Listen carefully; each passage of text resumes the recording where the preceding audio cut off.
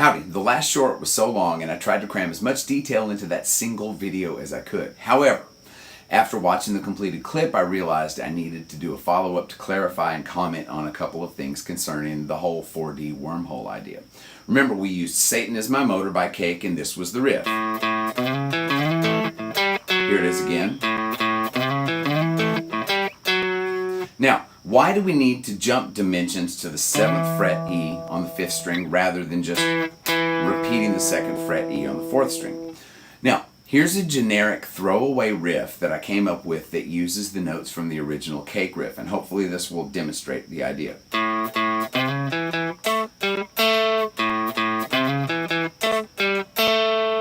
Okay, it's not the worst riff, I guess. But if I impose a position break between these two E's, and I go,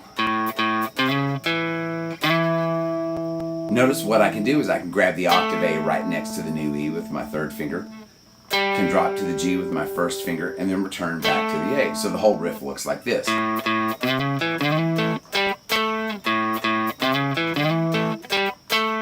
The riff is the same sequence of notes, but it's more logical to execute, and the slide and tonal difference produced by the teleportation of one E to the next E lets the note sequence relax, unfold, and begin to sound somewhat musical, although I still think it's a stupid sounding riff.